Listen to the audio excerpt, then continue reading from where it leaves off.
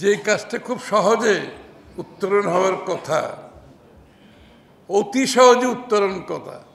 হওয়ার কথা, কারণ যেখানে সমস্ত দেশ ঐক্যবদ্ধ, যেখানে সমস্ত দেশ গত বৎসরের পর বৎসর রাস্তায় থেকে জীবন দিয়েছে, পুলিশের হেফাজতে মৃত্যুবরণ করেছে, জেলে চিকিৎসার অভাবে মৃত্যুবরণ করেছে, আমার সামনে মৃত্যুবরণ করেছে জেলে চিকিৎসার অভাবে, যেখানে লক্ষ লক্ষ মানুষ ভুয়া মামলার শিকার হয়ে তাদের বাড়িঘর ত্যাগ করতে হয়েছে, চাকরি হারিয়েছে, ব্যবসা হারিয়েছে, গুম হয়েছে, খুন হয়েছে, পঙ্গু হয়েছে। উদ্দেশ্য তো একটাই ছিল যে বাংলাদেশে আবার একটা স্বৈরাচার ফ্যাসিস্টকে বিদায় করে জনগণের মালিকানা ফিরিয়ে দিয়ে জনগণের কাছে দায়বদ্ধ জবাবদিহি নির্বাচিত একটি সরকারের মাধ্যমে আবার আমরা স্বাভাবিক জীবনযাপনে ফিরে আসব, আমরা গণতান্ত্রিক জীবনযাপনের মধ্যে ফিরে আসব, আমরা একটি শান্তিপূর্ণ, সহনশীল, জবাবদিহিপূর্ণ, একে অপরের প্রতি সম্মানবোধের মাধ্যমে একটি গণতান্ত্রিক প্রক্রিয়া প্রতিষ্ঠিত হবে। আজকে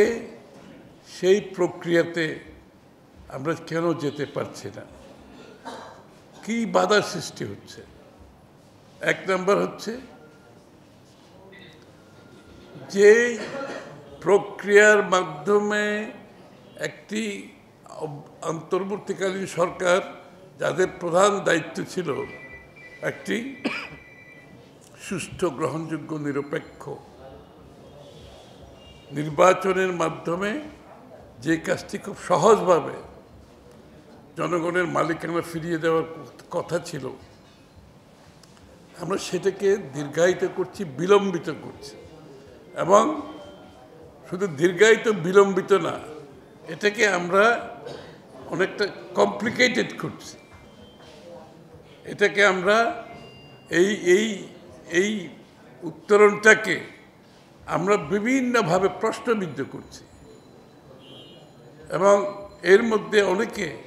মধ্যে সন্দেহ জাগতে শুরু করেছে, প্রশ্ন জাগতে শুরু করেছে। এখন বাংলাদেশের মানুষের যে প্রত্যাশা, মনোজগতে যে পরিবর্তন, আগামীর বাংলাদেশের যে স্বপ্ন, সেই স্বপ্ন তো বাস্তবায়ন করতে পারে যে জনগণ, যারা দেশের মালিক, তাদের নির্বাচিত, তাদের আস্থার, তাদের বিশ্বাসের একটি নির্বাচিত সংসদ এবং সরকার, এবং নির্বাচিত সরকারের সবচেয়ে বড় শক্তি হচ্ছে তাদের ক্ষমতা গ্রহণের পেছনে দেশের জনগণের সমর্থন আছে, তাদের ক্ষমতা গ্রহণের পেছনে রাজনৈতিক শক্তি আছে, তাদের ক্ষমতা গ্রহণের পিছনে বাংলাদেশের জনগণের ইচ্ছার প্রতিফলন আছে, এবং সেই কাজটি খুব সহজেই করার কথা ছিল। এখন মনে হচ্ছে যেই কাজটি এরকম একটি সরকারের কথা ছিল, করার কথা ছিল, যেই কাজগুলো এরকম একটি সরকারের করার কথা ছিল, আগামী দিনগুলোতে স্বল্প মেয়াদে